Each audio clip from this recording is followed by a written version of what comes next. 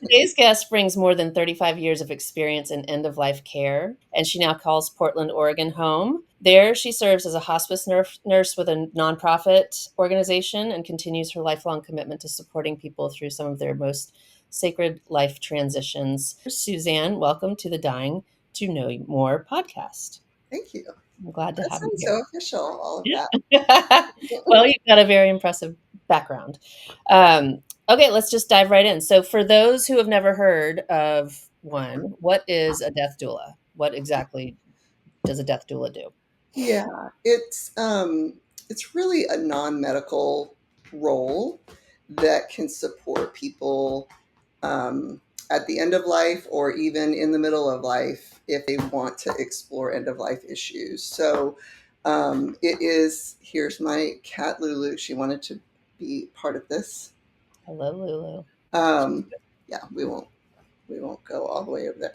Um, So it's not a new concept, but people are really just now learning about what a doula is. It's a lot like the concept is a lot like a birth doula, and it's really kind of a remembering of how we used to be in community with people. And so it's when people were giving birth or dying, they would call certain people. And a doula is one of those people that now is kind of coming back around. And when There, you, oh, I'm sorry, go ahead. there isn't a certification Okay. for becoming a death doula, which some people in the medical field kind of frown on, and so it's teaching um, people, providers in hospice and in palliative care, what the credibility is as a death doula. So there are a few programs around the country that are more credible than others, but really I don't think you can go wrong with any kind of training because most trainings are going to help you cultivate presence and deep listening, which I think are probably the main things to remember as a doula. When you first started speaking, you mentioned it's a role that can work with somebody at end of life or middle of life. Mhm. In what sort of capacity would the middle of life facet, like what does that look like? Yeah. Well, and I kind of want to say too that there's a lot of people that are getting into this work that are specializing in certain parts of the dying process or the living people. Some people want to call it the part of living Okay. process. And so you might not have a diagnosis, but you're interested in really exploring death and getting your affairs in order before you're at that place where you have a diagnosis and a prognosis. Okay. So you might hire a doula in the middle of life to kind of get your affairs in order and or to find the type of doula that specializes in that. So sometimes it's financial affairs and legal affairs, and sometimes it's just emotional, mental, and spiritual affairs. Okay. And how is the work of a death doula different from like a palliative care team or a hospice care team? Or do you complement each other? I mean, do you work in Yeah, tandem? I really think that you do. I really think that those roles complement each other, just like palliative is not hospice, Right. but they work together. And a doula really is a very important part of the team. And in some places of the world, they're more accepted than others. And I think it's just a process Mhm. of building credibility and letting doulas in the community kind of do their work and allow the hospice team to see that they are a supportive part of the team. Um, so a lot of people come to hospice through palliative care, Mhm. and palliative care can stay up. It's a very complementary goal to have palliative care, but they are different. So you can have palliative care and not have a terminal diagnosis. Right. Yeah. Okay. Uh, and so, at what point in, like, if somebody has been diagnosed with a terminal illness, at what point does a death doula would they reach out to a death doula to kind of start that interaction or that relationship? I mean, right Yeah, away, or is it more like a within the last X number of weeks or months, or what does that look like? yeah, I think probably the earlier the better, Mm, for everyone. Kind of like when you create a birth plan, mhm, when you're pregnant and you right? have a doula be a part of your birth. I really feel like a death doula can support you from the time of diagnosis or before, like I said, um, all the way up until the end of life and till the last breath. And it's really kind of nice to develop that kind of a relationship with someone where you are building that. It's not just for the person who's dying, but for the family to have that kind of support from somebody who really understands the dying process, in a physical way, emotional, mental, and spiritual. So And so, is it's, that sort of the work that you do? It's, I mean, like, what? Walk me through a visit with a care receiver that you might be working with. Like, what does yeah. it look like? Well, and I think it's as individual as each person. Okay. So depending on where you're at and what you are wanting. Mm, So, someone who gets a diagnosis and is young and really is needing some help sorting out how do I get my affairs in order? How do I manage my own grief about losing my life at a young age? And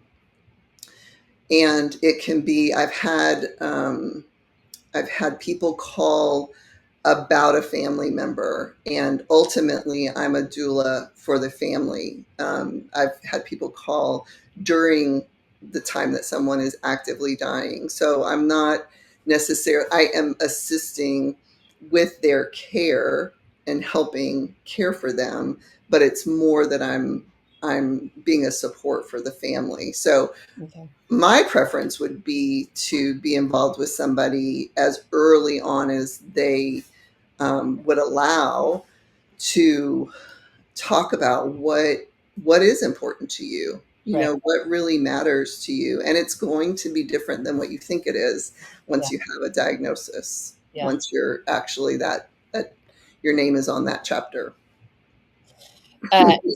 So you're all, but you're a hospice nurse, but they're two separate roles, right? They are. So, do you perform both roles, or do you exclusively perform one and let the hospice team, the nursing hospice nursing team, do their own thing, or what? How does that work? Yes, when I'm in a doula role, I really have to check myself and not go into that medical provider role. Okay. And just because I think I know, I'm not hired as the nurse in Yeah. that time. So I think there's a lot of nurses and hospice nurses in particular who are going into doula work, Hmm. and I think us really looking at our own ego and what we have going on with us of wanting to help.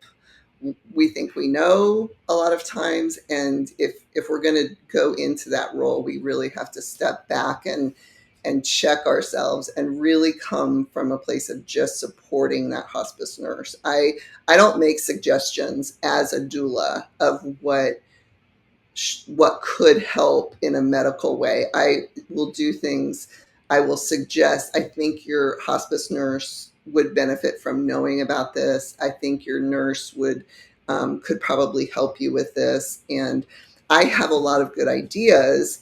But if it comes to the medical part, when I'm in a doula role, I, No. I don't go there. Yeah, that's not what I'm being asked to do, and they've got somebody in that role. So I want to build a bridge with hospice Gotcha.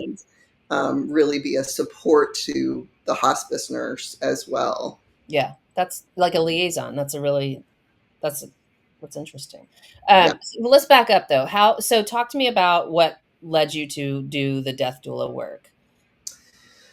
Well, so when I think about the original thing that even led me end of life work was a friend who was dying when I was 24, who included me in his dying process. Now, I had no idea that that's what was happening, but I really got to walk with him on that journey, and he really taught me that end of life can be really quite beautiful. He Mm. was a young man, and it wasn't an ideal time for him to die, and it was amazing. And so that really changed the course of my life. When he died, I completely did a pivot and What were you going to started.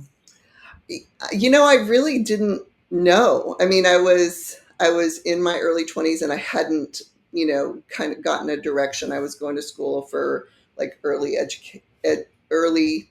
childhood education and psychology and things like that. So death scared me. Yeah. And as a child, I didn't want to be around anybody who was dying. I didn't like nursing homes. I was scared of death. And I was raised in a religion that kind of makes death pretty scary as well. So to watch him go through this process, and for him to just include me in it was like this gradual process of him letting go of his life. And the last time I saw him, I went home, and I became a hospice volunteer, and I started also volunteering for kids who either had HIV, or one of their parents had HIV.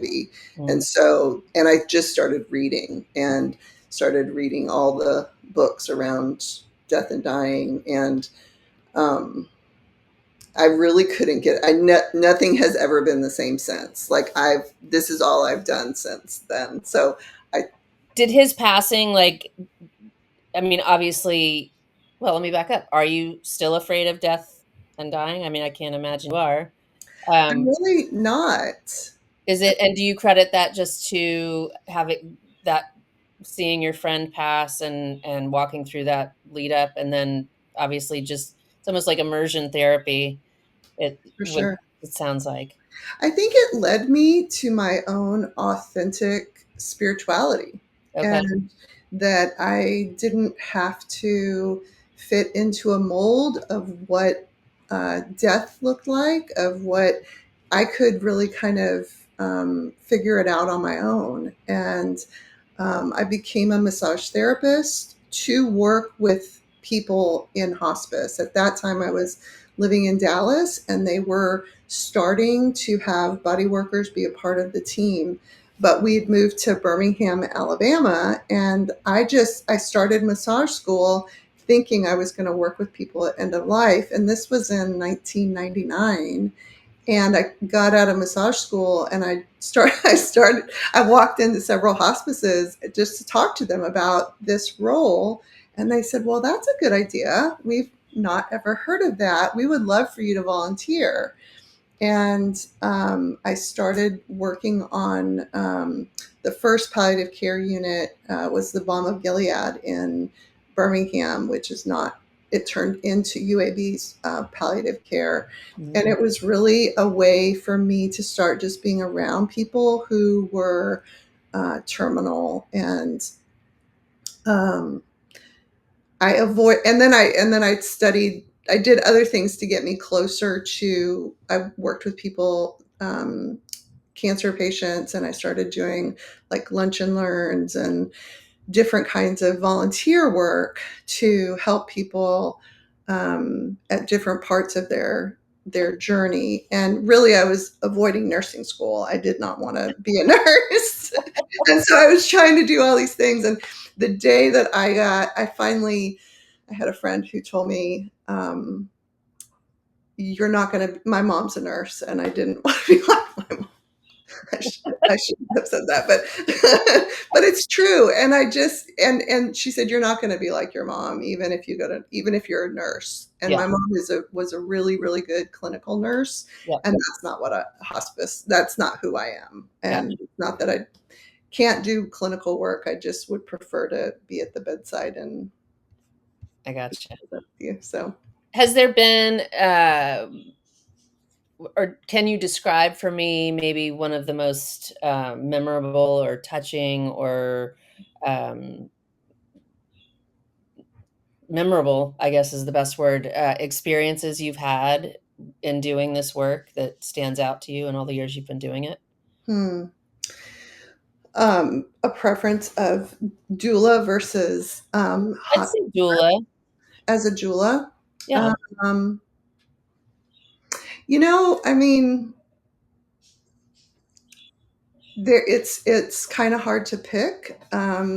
There are just some really special moments that don't happen at any other time of life, and so I think about a friend of mine who I'm kind of going back and forth. I had a couple of friends who asked me to be with their mother during her end of life, and she was really struggling passing. Sometimes, people they might be unresponsive, but their body is either really strong or there's something that's still pulling them to stay here.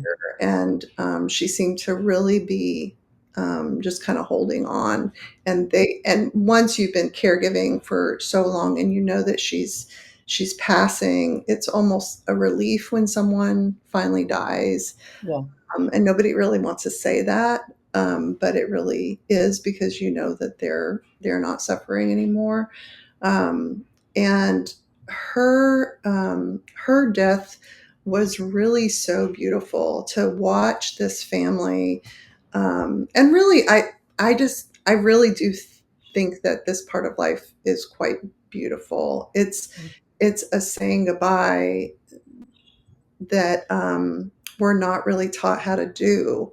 And so to really see people show up and be really present and be in their bodies for the experience, it's something that we're usually rushing around Right. doing, but Right. to really sit at a bedside and feel what it feels like to have your mom's hand in your hand and to look at it and touch it. And I tell people, like, feel your feet on the floor and take a breath when you're in those moments, because then it will be in your body and you will feel that feeling of holding your mom's hand and being with her in Hmm. that really present way for the rest of your life. And it's priceless to Yeah. have that. So to watch them as she was passing, a couple of them went out into the yard and they gathered flowers and leaves, ferns, and all of these beautiful things. Um, and she took her last breath. Everybody took a sigh, and we lit her room with candles. It was late at night. It was, I don't know, like 11:30 or something, and we lit candles around the room. And really, honestly, every situation is its own, and I can't ever plan stuff like that. Like what is called for now, you never know what is called for in any situation, and it's not mine. That's one thing as a doula and a nurse. This is not my show. This is Right. about them, and how can I help them keep moving, like, deeper within themselves to be present for it, if I can. And sometimes that means getting out of there and not being like, or sometimes suggesting something. So I knew these people pretty well, and I said, we really can hold hands and create a moment if somebody wants to say something, if anybody has a poem, if you want to tell a joke. Like, it doesn't matter what happens in this moment, but just by holding hands or just by being in a space with her in this creates this sacred moment. Yeah. And they laid flowers all over her. They tucked them inside her nightgown, and they put them around her head like a little crown, and it was really, really beautiful. And it's so simple. It doesn't have to be anything complex at all, and it's just being together. And it's one of those things that, as a family member, those things usually don't leave you Right. because you. What a beautiful way to yeah, a beautiful way to keep that final time together. I think that's beautiful. Yeah. Yeah. What is there any sort of common um, thread or is there anything common among all of the people with whom you've worked in terms of um, regret or fear or just any sort of anything from the person who's approaching death that you've noticed as a common thread? Mm. I think that we're really attached to being in our body. Mm, And I think we're really attached to the people that we love and to being on the earth. And so there is resistance, usually. yeah, Some people are really ready to die. And even if you're really ready to die, you still are attached to something in this world, usually. And so, yeah, I think one of the things that I have noticed is that no matter what kind of resistance, most people, not all people, most people come to a place of peace. It might be a moment before they die, or 2 days before they die, or 3 weeks. But there is a place where something happens, and most people come to kind of um, peace is the only word I really know. And there are moments I have seen people really, really be in some existential distress for a lot of their dying process, and that's pretty hard. so if I or if somebody who's listening or anybody is interested in procuring, I don't, for lack of a better word, a death doula or a doula for a loved one who is approaching end of life, where do you find somebody like that? There are credible resources. Inelda, now I'm gonna forget what it's what it's. I could give you a couple of I'll links I'll of. put it in the show notes at the end. Yeah. Yeah, I'll Okay. give you a couple of links. There's several credible places to go to, and really Google searching, death doula in my area. Um, I I really think a personal connection and asking a doula, do you specialize in anything in particular? Because some people are really good at um, like green burials and home funerals. And I want to know that, because you might Right. have more than one doula. Some people are really into the whole legal thing and making sure that all of your affairs are ordered. Some people are really into the deep spiritual connection that can So happen. it really is a very wide array of services It that are really is. under this one umbrella. And so it's okay to just have conversations with people. What about, and asking them, what about this work do you feel like you specialize in? What are you good at here? Yeah.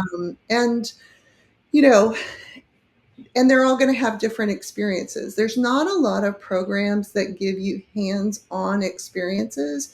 So a lot of people that are drawn to this work are drawn to it either from someone, if they're not already like in the field as a hospice nurse or palliative care CNA or something like that, then it's usually a personal experience that will lead them down that road, or their own reflection of life and death issues.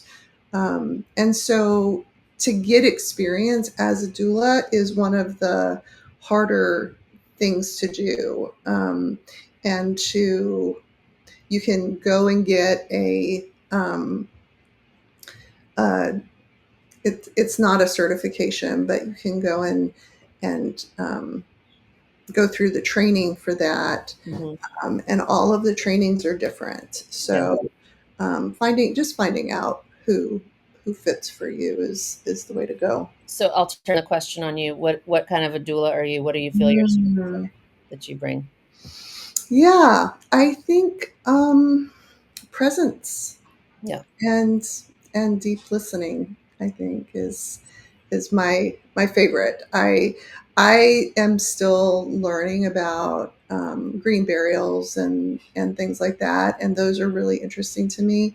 But Yeah. because they're not so widely, depending on what area of the country you're in, not everybody is doing that kind of stuff. But I have a lot of resources that I know where to find that stuff. And I think that's one of the good things about having somebody like that is that they've been navigating this road in a way that most people haven't. Hmm. So that alone is very valuable. Gotcha. Is Yeah. there anything else that we haven't talked about related to the doula work that you think is valuable for people to be aware of? Mm. Um,